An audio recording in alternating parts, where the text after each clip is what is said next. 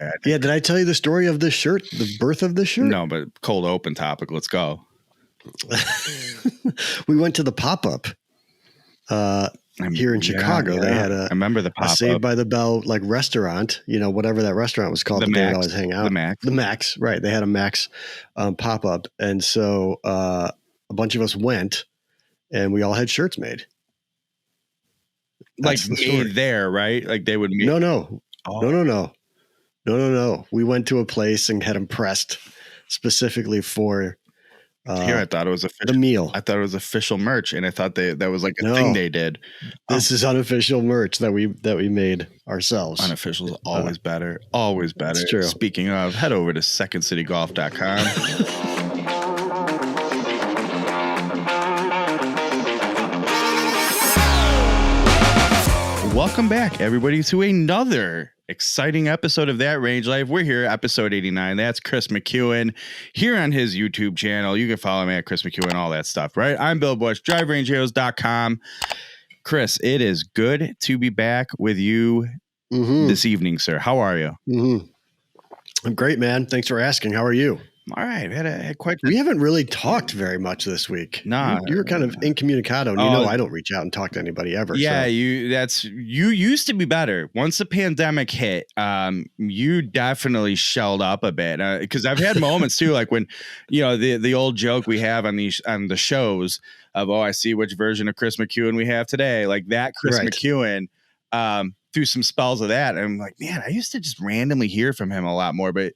And I can relate. Yeah. I'm not too dissimilar in how I've like people be like, hey man, I haven't heard from you. What gives? The pandemic's not over, but you know what I mean? Like we've been out about. Sure. I'm like, I don't know. Yeah. I mean, still talk to you when I talk to you. Still I knew we had this. Right. I was like, I still love you. Like it's not an issue. Not an issue. Right. Speaking of, remind me after we're done recording episode 89 of That Range Life show, sometimes about golf, to talk to you about potential weekend plans and seeing if it works out, because we got some work to do. That's all I'm saying. We do. Yeah. Okay. We will discuss that. Perfect. When the time comes. All right. So I don't know about you. Well, actually do know about you, but I want to get into a specific topic. It has been sports week. Boy, has it ever. We should put ever. Maybe that'll be a new segment here on That Range Life, especially some of the future plans we have. Sports week. What's up in sports week? But yeah, between the baseballs, man, the footballs, the season finale of Ted Lasso. So that football game, that counts as sports week. That's a sports balls thing. Sure. Big time. And then of course, Hockey week. Oh, hockey week is upon us. So exciting. You know what kills me? I can't wait to watch the Tampa Bay Lightning win another Stanley Cup. And they lost a lot of talent.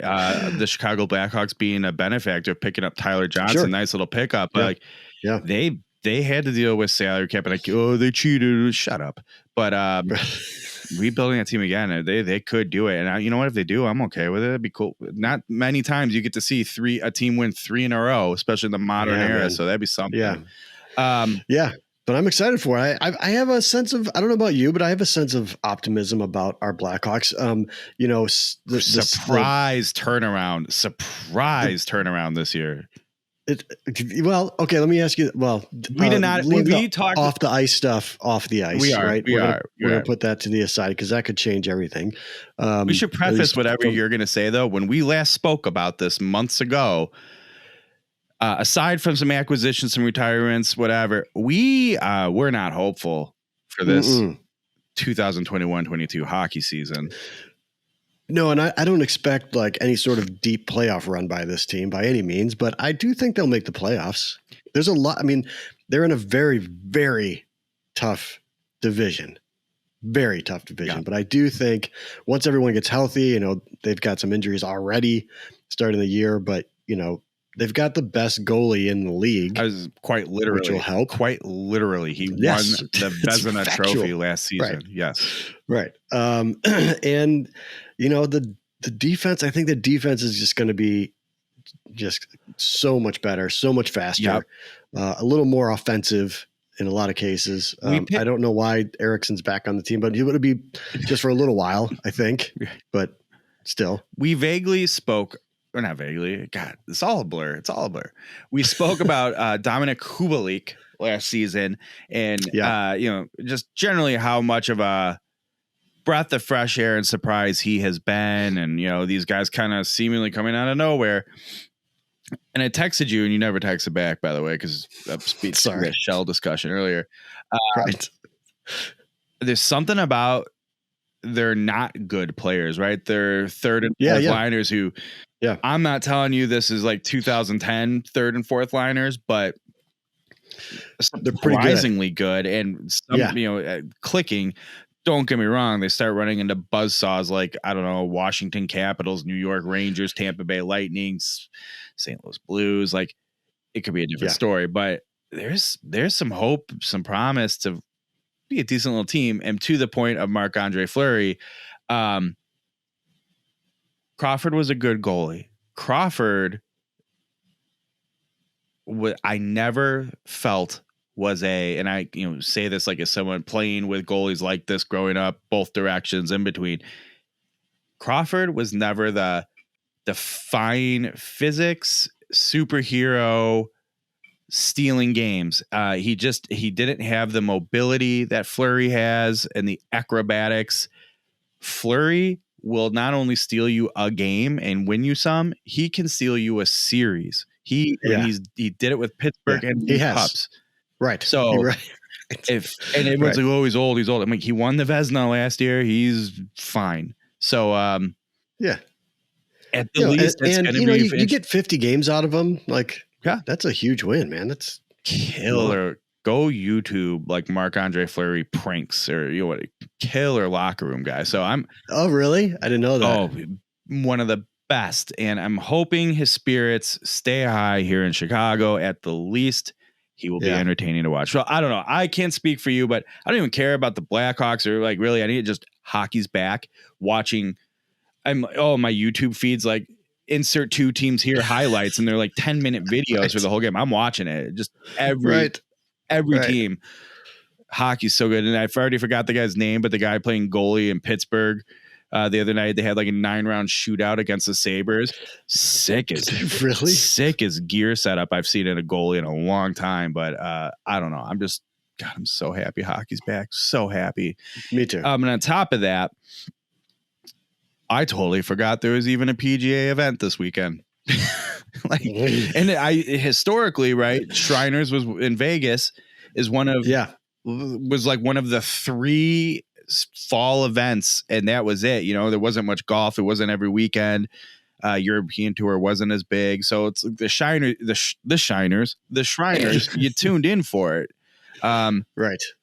And so a lot of the Korn Ferry graduates are out there. A lot of middle of the road players looking to like kind of get a foothold for prioritization the rest of the year. It is not an insignificant tournament. There is a lot to be played for, and I forgot it even happened. A guy almost shot 59 on the last day to win it. And I'm like, oh, there was a professional golf tournament. Okay. I know. I totally missed my radar too, to be fair. It's all right. Hockey season. Which from all accounts, it sounded like it was pretty exciting and there was some really great golf played, but we got hockey season. That's right. And who knows, with all the White Sox stuff going on, maybe we could give a little buzz here in Chicago. It's been fun to look at all the national media, White Sox Day from Barstool, harassing John Cusack. Did you see that John Cusack's thing? The level of care from all parties involved is just... Oh, of course. But I have to say, just Cusack slapping back or clapping back on him, man, is pretty fun for me. Oh, for sure. Oh, I enjoyed absolutely. That. Even like at the end of the day, it doesn't matter. Like just because, if you can't name a player from a certain era or whatever, we went through with the Blackhawks stuff, right? Mm-hmm. And I will say right now, I've always said as a Cubs fan, who everyone came over to the Cubs right in 2016, and as a Hawks fan, when everybody came in 2010 and 2013, my enjoyment as a long-suffering fan has the people that came that were new, that has no impact on how much I enjoyed every win and every trophy. And I would just say, if you're bothered by that, don't be, because who cares, man? Talk about Who cares? If more people want to come and watch a team that you love, it's like the band thing, like people will will bag on a band that sort of makes it big. We need to talk about that in a second. Yeah. Okay. Yeah.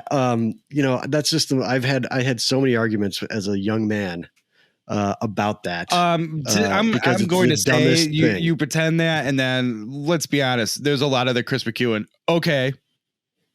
Good talk over band still. So don't tell me like you're above that now still. That's such a subdued reaction. Okay. Back in the day, it would have been like a thing. We probably wouldn't even be friends anymore. I would have just been like, this guy, I'm not dealing with this anymore. Like, no, how dare you? Like, everything was at 11 all the time with music. Even things just psychotic. He didn't say he liked it in just the right way. And I like it different. Yeah, I'm with you. Right. Speaking of us in music, I don't know if it's because we had the show coming up today, but you want to talk about, we still have to do some sort of internet media about our golf music, like our golf music. Today, driving around in the car, kids things, and we'll get into my day, I guess, a little bit. But I got hit with like just a string of it. Vertical Horizon, Everything You Want, Third Eye Blind, and this is all going like back to back to back. Third Eye Blind, Semi-Charmed Life. Good one. Good poppy song, little 4-chord ditty. Pearl Jam, Even Flow. Oh my God. I'm like, someone who's that really kind of like escalated too. Who's playing our golf Spotify? Who is it?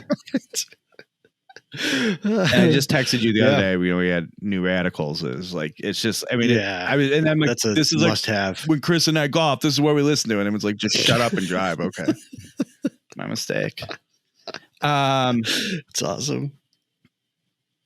Yeah, so there we go. Hey, what's up?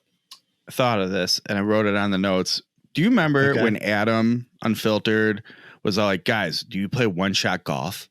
And it was that iPhone game, and I don't know. Oh, that's right. I was wondering what that. I forgot. I've forgotten all about that game. I've stuck with it, and I'm like, well, I'm in the process, right? Well, I'm waiting for putting kids on or whatever, just killing time. Like, I'll play it, and it's really buggy. Yeah. It's really kind of annoying, but I just have to do it,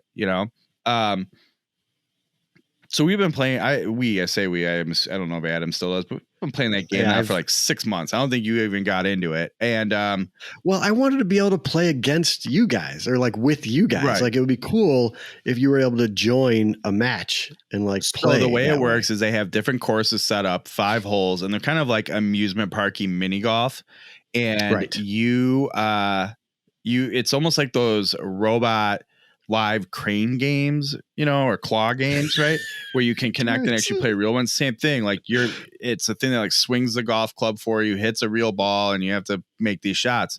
I'll do okay, get some points, whatever, but I've never actually it's like a daily tournament on every course. And I actually won one.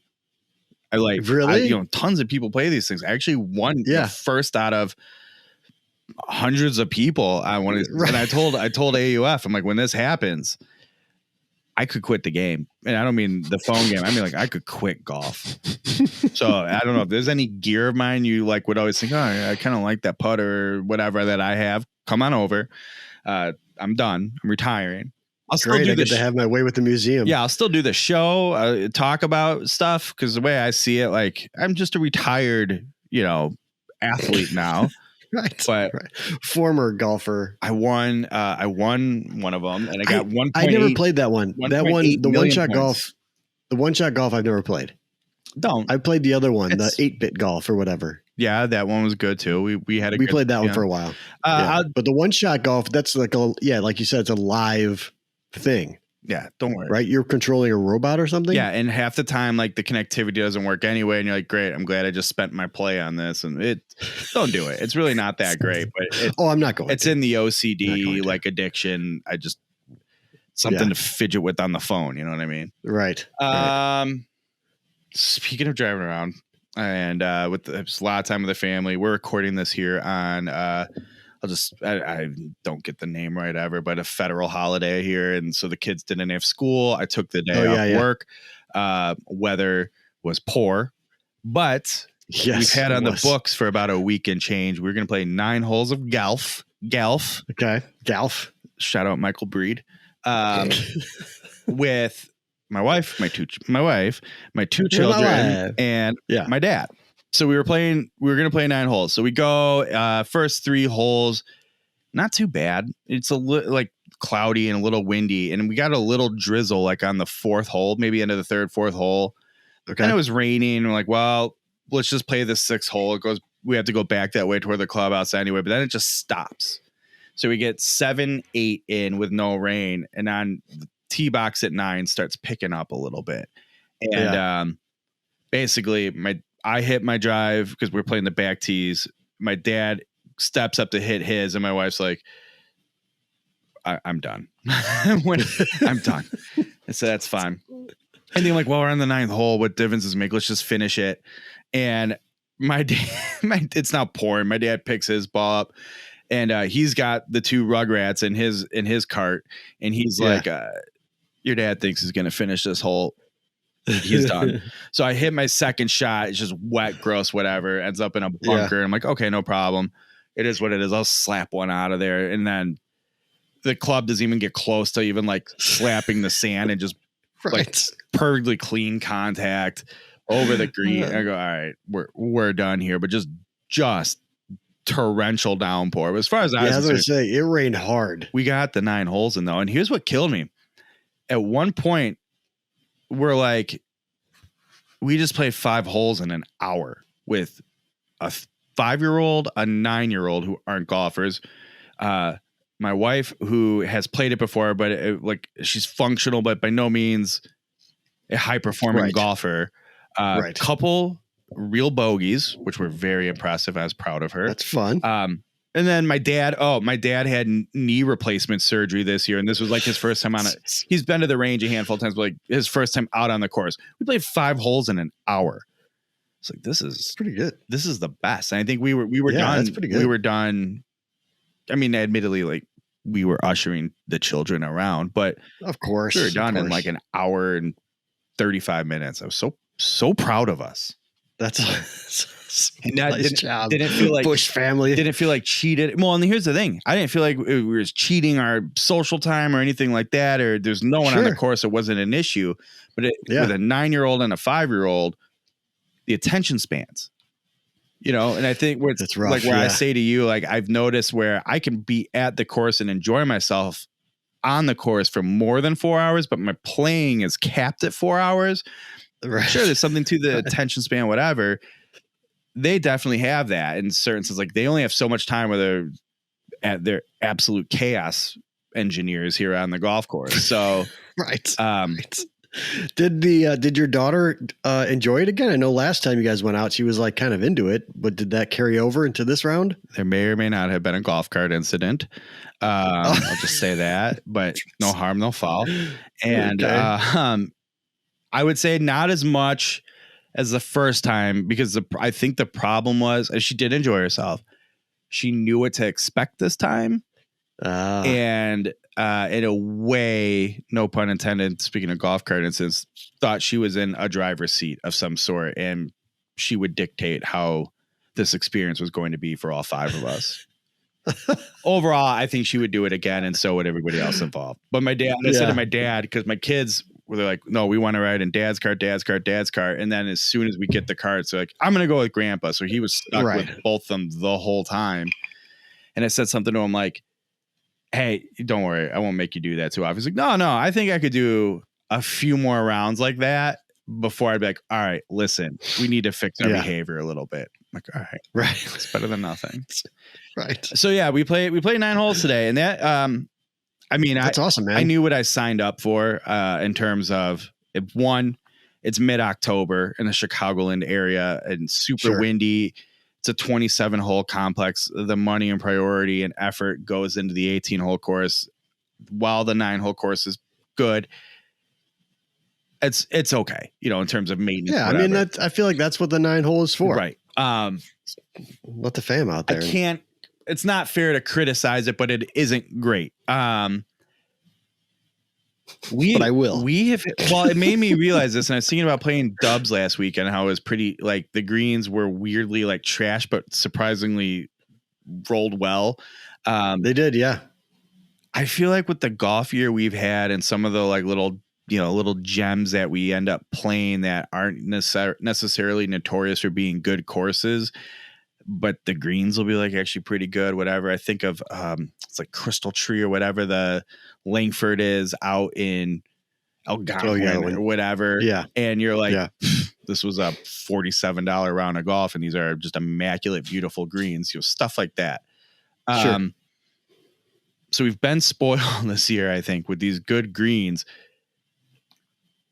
Man, I can't putt on like bad public putting surfaces, and they weren't super beat up. They were okay, but they've been aerated in the last like probably 3 weeks, and so we ran into that on Saturday. Stuff all over them, just and they're just not as good, and it's fine. I'm not taking it. It's not their. It's in a way, it's not their fault, but yeah, I sucked at putting. I'm so like, I have no idea how fast to hit the ball. I don't even know where it's going. And I grew up, I literally grew up playing this 9-hole course. I'm like, I have no idea. I have no idea what's going to happen here.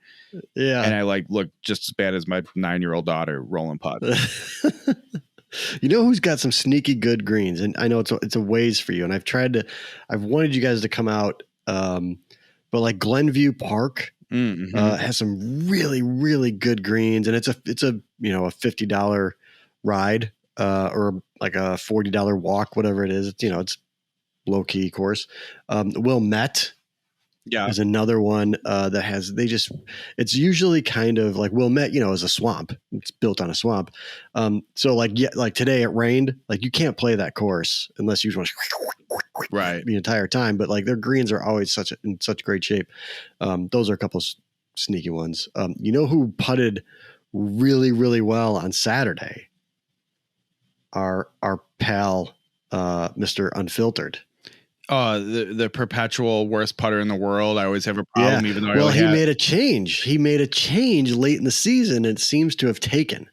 So yeah, he putted really, really. I think he must have had, I'm going to say four birdies on the day, maybe even 3 on the back 9 at Ravislow. That guy on Saturday could have 22 putts in an 18-hole round, and he would still tell you he has putting woes and needs. Well, of course. Well, Adam, but he likes to complain that if he, that he enjoys that. I kept it focused on putting. But that's his thing. Like he enjoys that. He knows it. Come on. Just having one of those days at Ravislow, huh? What do you think? He played really well. Adam played really, really well at Ravi. I don't know what he shot, but he probably flirted with breaking 80. He hit a ton of fairways, and then putted really well. So yeah, he played well. Well, we won't talk about my round. Fair enough. It was a very Chris McEwen round. We've gone over one of these rounds hundreds and hundreds of times. Ad nauseum. Yeah. Absolute nauseum. It's true. But I feel like, it's being spoiled and being a little bit, I feel like a little bit of a brat, but you take it for granted. And there's certainly an art form to putting on bad greens and being like, oh, for sure. All right, just get I think it's almost like a little more classic golf, right? I was reading something, the Vintage Range hero, Justin Thompson, sent me about how really like courses back in the Hickory days were playing at 2 on the stimp, they didn't have the stimp, but yeah. We'd be it'd be like putting in my front lawn. That's really interesting. We didn't plan to have this conversation, but someone else brought up on Twitter this whole idea of, good greens are lightning fast greens, right? And it's mostly a private club thing, probably, right? Because they can afford to trick them up. But like where did this idea come from that you had to have these ridiculously fast greens in order to, it's just, it just seems silly. Well, where we complain about gotten to this point, like, and don't get me wrong, just real quick. I'm not saying I don't love firm, true, fast greens, but put it. It's a 10 is fine. Well, that's where because then you can use the undulation and you can kind of, play the greens a little bit more. But if you're scared to putt from 5 feet away, like, I don't think that's fun. Well, that's where the to me. European tour guys always criticize American golf. They're like, yeah, because you guys play everything on sheets of glass. Like, Yeah, great. like, I don't want to putt on a pool table, man. I don't want that. I think so. I've heard PGA players comment all the time. The reason they like them is because they don't have to fight the ball as much. They basically go, there's the line, and just have to hit a fairly like easy short putt and just sort of tap it into it, and it's just going to do all the work for it. I get that. You could, but that, I mean, I guess, for us, I agree. If you for a pro, if it takes the pace out of it per se, they're so good at pace, it doesn't matter anyways. Like, you put a pro on a 10 stimp green, they're going to be fine. Like, they're going to figure it out. They've got great touch and they've got great feel for that stuff. The one in this argument in your direction here, because I'm 100% with you on this. Glen Oak Country Club in Glen Ellen, Illinois.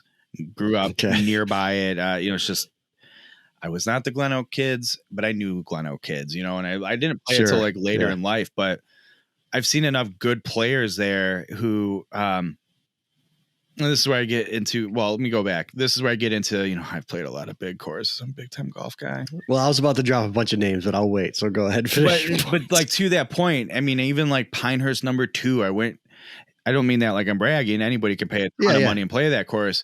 Lightning fast, but that's sort of like classic Donald Ross turtle shell stuff. Right.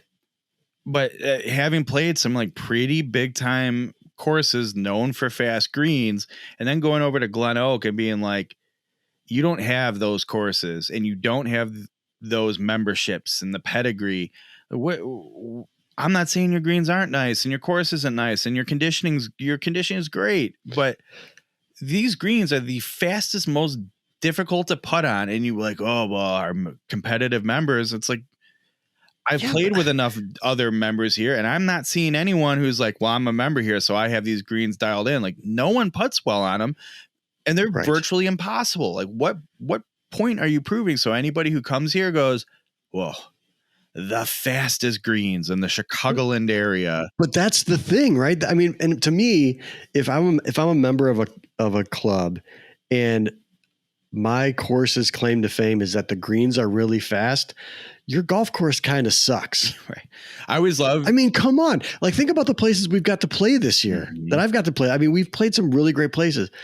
The greens, we want the greens to roll true. We don't want them slow. I mean, everybody wants, a challenge with pace, but like, that wasn't the point of the golf course. Best green. You know what I mean? It just seems like best greens we've lost the purpose I've seen here in a long time. I'm gonna say it this way: best greens I think I've seen on a course since I played Chicago Golf Club a few years ago were at that round we played together at that place. We can say the name. At Beverly.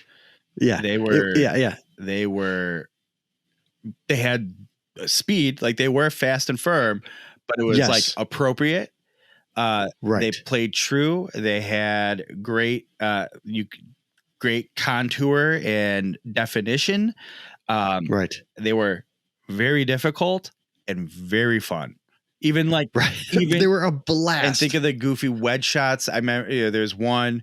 Yeah, I know I had to hit up and over a bunker, and basically it took like a 90-degree turn on me, and I had to do it just so, and I probably hit like a 1 out of 45 attempt success shots. And right. It was so good. So we played Beverly. I've played Flossmoor again. I played Olympia Fields North. I got to play that this year, and like all those greens were an absolute blast. You still had to hit spots on those greens, otherwise, things were going to go bad for you. Like, it didn't take anything from the course, but it's like, I don't want balls bouncing 20 feet off a green or just rolling 15 feet past the hole, because when you're hitting a sand wedge straight up in the air, coming straight down, like on the front of the green, and fine, they're a little firm. Maybe you get some rollout, and it's like a 30-yard deep green, and you're still rolling off the back. You're like,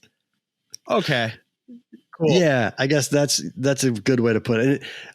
Yes, like all of those courses reward you for hitting a spot on a green and penalize you for not on their own. Whether, I mean, anything outside of that, I think is just, it's just kind of nonsense.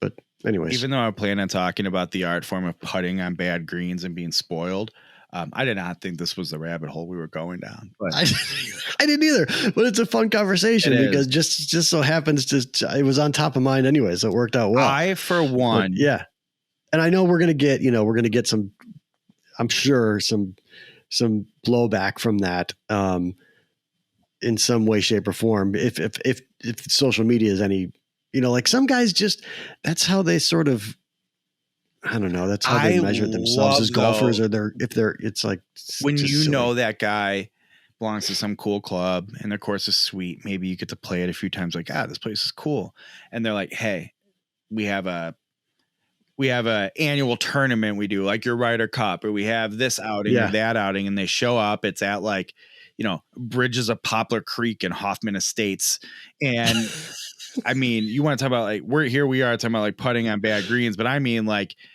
Munis on a village water bill, not right. And these guys, you're like, wow, I thought you were like a 3 handicap over at Medina. And they're like, I am. It's like, well, you have about 47 putts and we just made the turn, they can't do it.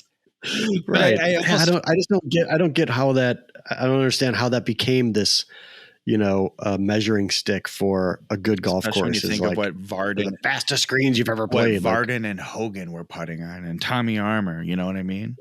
Yeah. I guess before I wouldn't have known this, but I've played enough golf courses, like really good golf courses. Like you said, we've gotten around. I've played enough now where I'm like, if that's what I walk away with, man, not great. I hit 15 greens in regulation today and had 41 putts.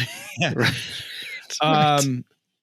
So yeah, I'm sort of looking forward to his humbling experience. And they're like, hey, who do you think you are, big time golf guy? You used to be like, whatever, that's what I'm putting on Velcro today. That's fine. And figure it out. And I couldn't do it. So like, I feel like I need to get back to my roots. And there was a time where it'd be like, I could be putting on somebody's driveway. It's like, well, give me a few putts, I'll be fine. And I'm flirting with the cup everywhere. And give me 5 putts, and I'll figure it out. Right. So that's my goal. Get better at bad putting greens.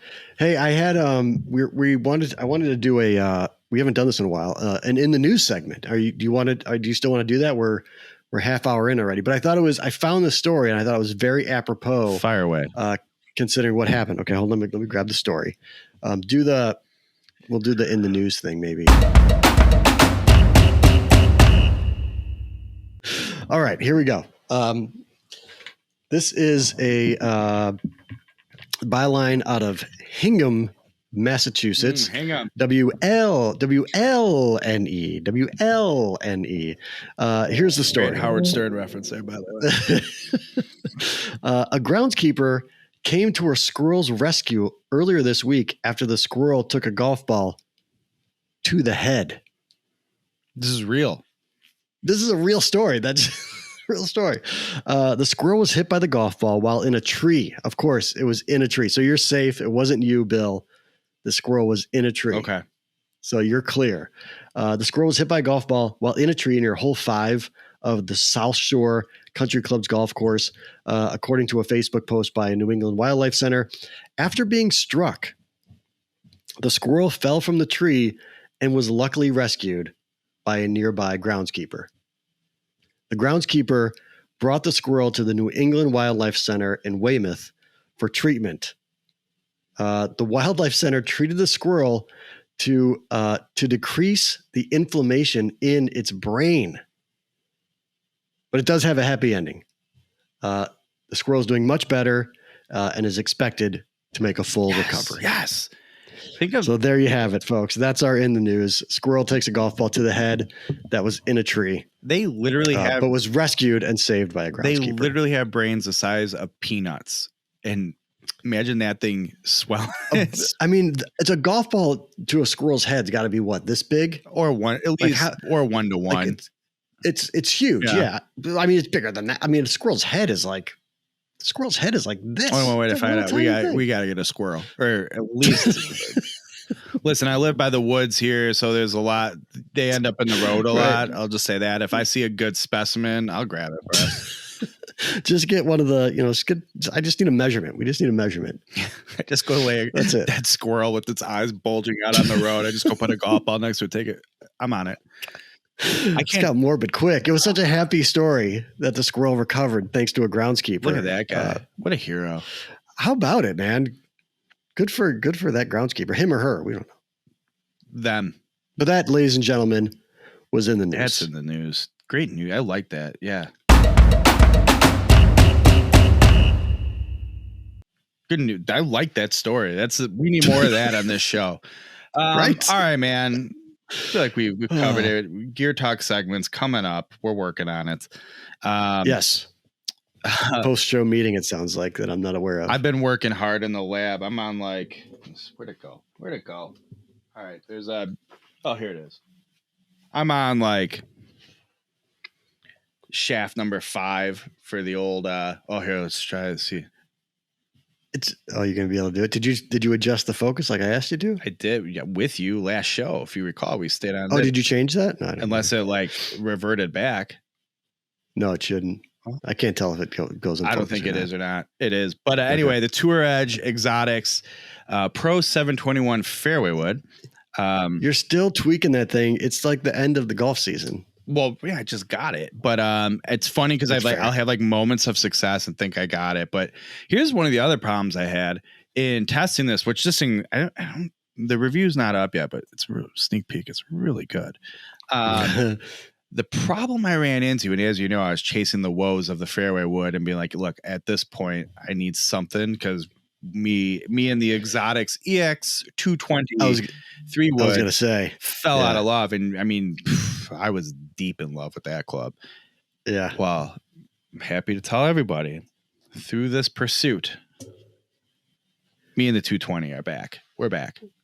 Oh, okay. I mean, good. That's good to hear. Like nothing ever happened. So I got to say too, the Tour Edge driver has really come around and grown on me. Oh my God, I've been hitting that thing. I mean, don't get me wrong. I think it goes forever. It goes forever, Bill. It does. The ball goes forever off of the face of that thing. Ever. I do think it's crazy. A lot of this may have had something to do with having to go to the hospital in June for a few days and losing a bunch of weight. That may have played a role, but yeah, some good golf clubs. All right. Anything else we got to cover here, Chris? No, we're gonna pump our stuff here. That was where I was gonna, so to speak. That's where I was gonna take this show next. Chris, what do you have to plug over in Chris McEwen world? Well, on Tuesday, a new What's in the Box drops, so go check that out. We'll do something over here for that. And then I'm not doing my podcast currently. We're on hiatus, still pending some things, some news. But I did sit in and produce a podcast for the Talking Golf Getaway guys, Mitch and Darren, and they had Eric Hart on, who is the mobile golfer on Twitter, and he and Darren went up to Cabot Links and Cabot Cliffs, and they talk all about that in this latest episode. I hear, so go listen to that. Nothing but great things. Also, neighbors to a Dormy Workshop, friends of mine up there in that's true. Halifax, and Nova Scotia. For those that, William, certainly you, and for others, there may be a potential summer of 2022 trip in the works to go back and to Cabot. Say things like, "That's how she goes." That's how she gets to get yourself some Tim Hortons, coffee and a donut. Yeah, that's right. That's right. Eh? And go play some golf.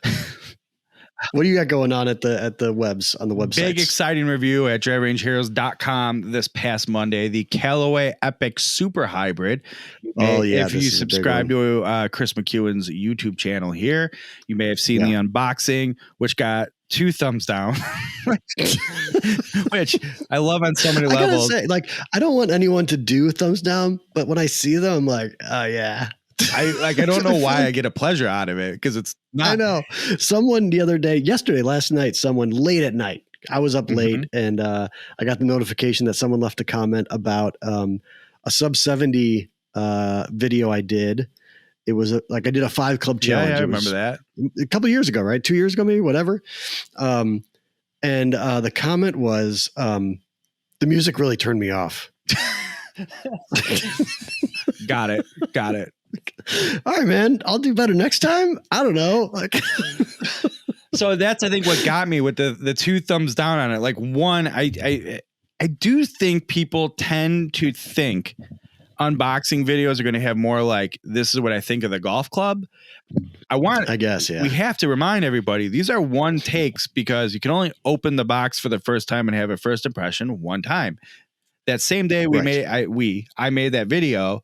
I also did the Callaway full toe wedges that I reviewed on my site, and did a what's in the box video.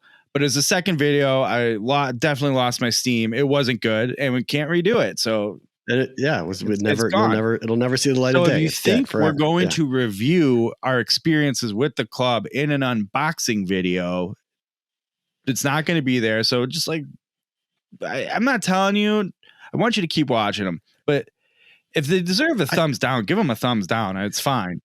But like, do not give them a thumbs down. If you're looking for a review, it's not in an unboxing video. Those are in the forthcoming Gear Talk segments we are trying to do, and written up on driverangeheroes.com. So anyway, Callaway Epic Super Hybrid went up, and then John Heisey reviewed the new Graphite Design Tour AD UB. You want to talk about names and getting the letter codes right?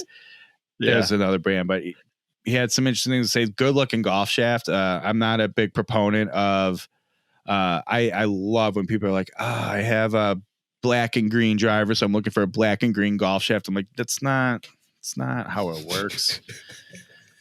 But yeah, so I get it. Go check out those reviews. As we mentioned earlier, secondcitygolf.com. Go pick up some wares, I don't know, maybe a mug, maybe a hoodie. It's getting cold out, hoodie season, Yeah. Hats. I had one of the hoodies over here. Yeah. Maybe a winter hat, whatever you need. We got it. That's all I got. Chris, it's been a pleasure. This is episode 89 in the books. That's Chris McEwen. You can follow him on all the social media, all of them, at Chris McEwen. You can find me at Range Heroes or over at driverangeheroes.com. It's been a pleasure. Thank you for joining us this week. We'll see you next time.